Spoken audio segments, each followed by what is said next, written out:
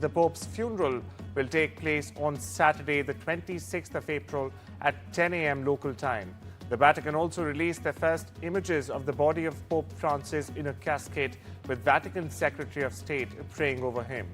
Now, the Pope is dressed in a red robe as on your screens with papal mitre on his head and a rosary in his hand.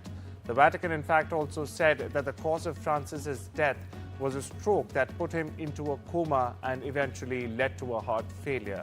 History's first Latin American pontiff charmed the world with his humble style and concern for the poor, but alienated many conservatives with critiques of capitalism and climate change. Here's more.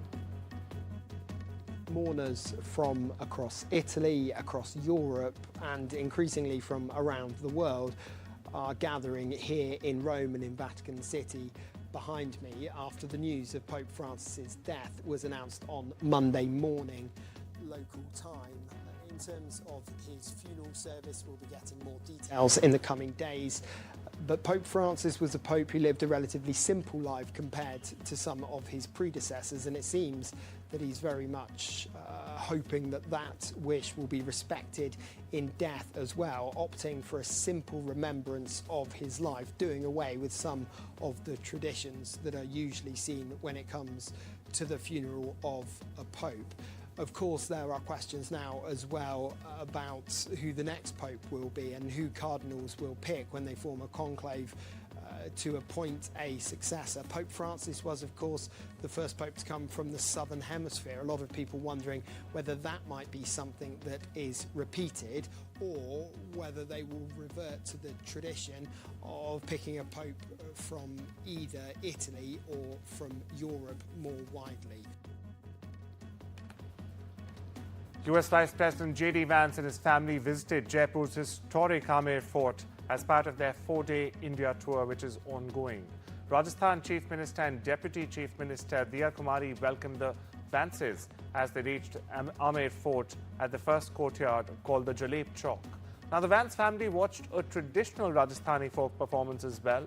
Vance is scheduled to deliver a lecture on US-India relations at the Rajasthan International Centre, or the RIC, later this afternoon. It will be attended by diplomats, Indian officials, academics and policy experts as well.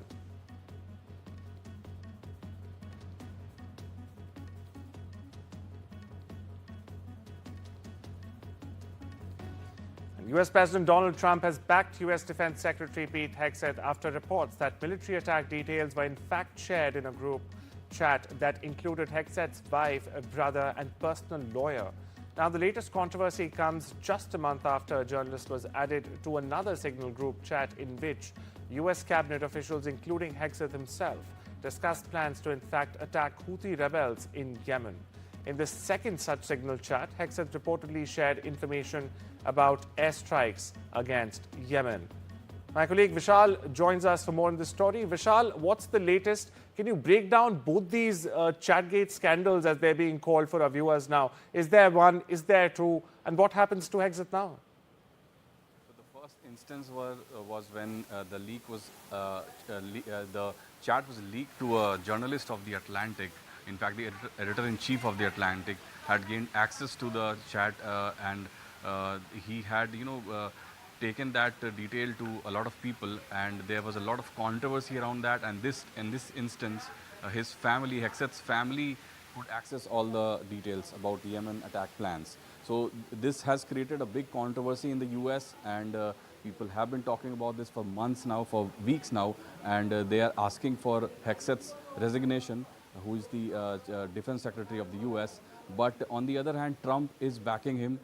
Trump has been backing him for weeks now, and he has said that this is bound to happen. This happened the last time, and he is falling behind him, and he is repeatedly saying that Hegseth is not to be blamed. In fact, he has said that Hegseth has been doing a very good job and that he won't be fired. But on the other hand, there are reports that suggest that he could be laid off anytime, but White House has rubbished those reports and said that Hegseth will stay, and these reports are fake. So a lot of back and forth has been going on as far as this chat leak story is concerned.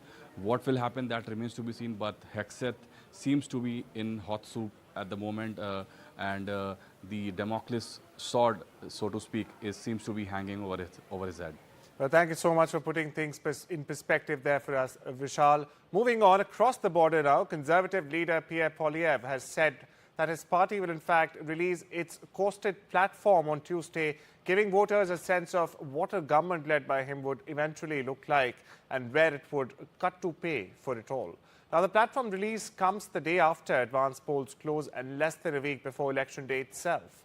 Poilievre is the latest majority or major party leader, in fact, to release his plan after Liberal leader and his competitor Mark Carney and NDP's leader Jagmeet Singh launched theirs over the weekend. My colleague Mahas Siddiqui brings you the latest on the Canada elections. Liberals have announced, they have said that there will be, for the middle class, 1% reduction in the lowest tax bracket, which will put about $825 for the families of, for double income families rather, in a year. So clearly, as compared to the Liberals, the Conservatives are putting in some of these promises that seem very high value in terms of the cost or the spending on the government if they come to power. So the overall budget from the announcements made looks to be around $140 billion over the 4 years period, as compared to the Conservatives who've announced $129 billion as far as their spending is concerned, with around $35 billion for the first year of being in power. Apart from the middle class, housing is one important aspect. Apart from that, increasing the defense funding for NATO, about 2% is what both sides are promising. That is both the Conservatives and the Liberals. But how they are going to increase the spending is something that is not clear on either side, because at the present moment, it's about 1.4% of Canadian GDP that they put in NATO defense. So broadly, these are the aspects that have been highlighted. For our viewers just joining in now, PM Modi is all set to visit Saudi Arabia for the third time. He will arrive in Jeddah for a 2-day visit. Now, this makes Prime Minister the first Indian leader to visit Saudi Arabia's commercial hub in over 4 decades or 40 years. Now, trade and investment, energy and defense cooperation, regional security situation and connectivity initiatives are expected to figure in PM Modi's meeting with Saudi Arabia's Crown Prince Mohammed bin Salman. Meanwhile, NDTV is on the ground in Jeddah. My colleague Mohammed Ghazali brings us the latest report. Ghazali, what's the latest? What can we expect? The PM has a slew of high-profile meetings and sessions planned there. What's the latest you're picking up? See, first of all, a special gesture by the Saudi government, because Saudi F-15s escorted Prime Minister Modi's plane when it entered into Jeddah's airspace, and it is also a kind of signaling by the Saudi government when it comes to its partnership in the Southeast Asia. Because what we have been told is that it is much of a signal to Pakistan, which has trained the Saudi pilots, and yet when it comes to escorting Indian Prime Minister's plane, it was the Saudi's fighter planes which came to escort the Prime Minister's plane when it entered Jeddah's airspace. And in some time from now, we will see Prime Minister Modi landing in Jeddah airport, and then from there he will be coming to this hotel Carlton here, where as per the schedule he is expected to meet and greet the Indian community members, the Indian diaspora. People from Indian community have gathered here since morning from different cities, be it Jeddah, be it from Riyadh, the capital city, or even Makkah and Medina, and also from the neighboring country of Yemen. So Indian diaspora will be here, who will meet the Prime Minister, and they will share their views, ideas and thoughts. After that, the Prime Minister is expected to go to the Royal Palace. In the Royal Palace, there will be the most important part of this entire visit, where he will be meeting Crown Prince Mohammed bin Salman, who also happens to be the Prime Minister of Saudi Arabia, and both the leaders will then start discussing the bilateral issues. The entire bilateral meeting will start there. After that, there is a Strategic Partnership Council meeting. Now, this Strategic Partnership Council is a council of group of ministers of different domains. They will hold this meeting here at the Royal Palace, and after that, the Prime Minister has also been invited for the dinner with the royal family there with Crown Prince Mohammed bin Salman. Now, the entire significance of this trip is that Prime Minister last visited Saudi Arabia in 2019, while his first trip to Saudi Arabia was in 2016 as the Prime Minister of India. Now, this third trip to Saudi Arabia is quite different from the rest of the two, because last time when he visited on the previous two occasions, he visited the capital city of Riyadh. But this time he is coming to Jeddah, and that shows that Jeddah is a port city. This It visit, assumes significance as we had due to its mentioned, feature comes of being a after almost connectivity route. 4 decades or 40 years. Thank you so much for getting us the latest. And of course, we'll keep on tracking this story, and you're there for NDTV World. Now, moving on. Over in the US, Harvard University, the world's wealthiest university, has filed a federal lawsuit against the Trump administration. Now, this is in an attempt to stop billions of dollars in the proposed cuts. The suit filed Monday is a part of a feud that escalated last week when the elite institution rejected a list of demands that the Trump administration said was designed to curb diversity initiatives and fight anti-Semitism at the school premises. President Donald Trump, meanwhile, last week ordered the freezing of $2.2 billion of federal funding and also threatened the university's tax-exempt status. Early voting for Australia's general elections has started on Tuesday, with people lining up around the country to cast their ballot. In Brisbane, the issues on people's mind were varied. One man said that things have changed hugely in the last 3 years and there's a lot to really think about. Meanwhile, another voter said that the environment obviously is one thing, but also great leadership and you know what, where the country is headed. Another voter called on Helen and also had the environment in mind, saying, certainly climate change, incredibly important. Brisbane's been flooding fairly regularly. Here's more.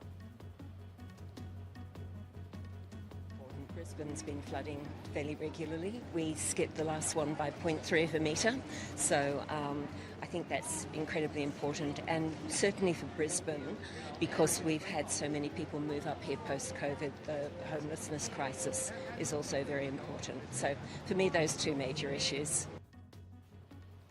The FBI Director Kash Patel on Monday has assured that justice will be done after the FBI arrested terrorist Harpreet Singh involved in attacks in Punjab. Meanwhile, China on Monday threatened countermeasures against countries that appease the US by striking trade deals with Washington at Beijing's expense.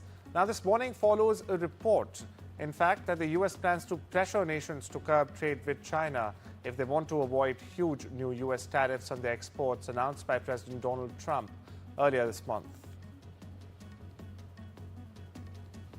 Over in West Asia, Iran's Foreign Minister Abbas Araghchi will visit China on Tuesday. Foreign Ministry spokesperson Ismail Baghai said on Monday. Now, this came ahead of the third round of nuclear talks between Tehran and Washington due on Saturday in Oman. In a trip to Moscow last week, Araghchi told State TV that Tehran always closely consults with its friend Russia and China over the nuclear issue.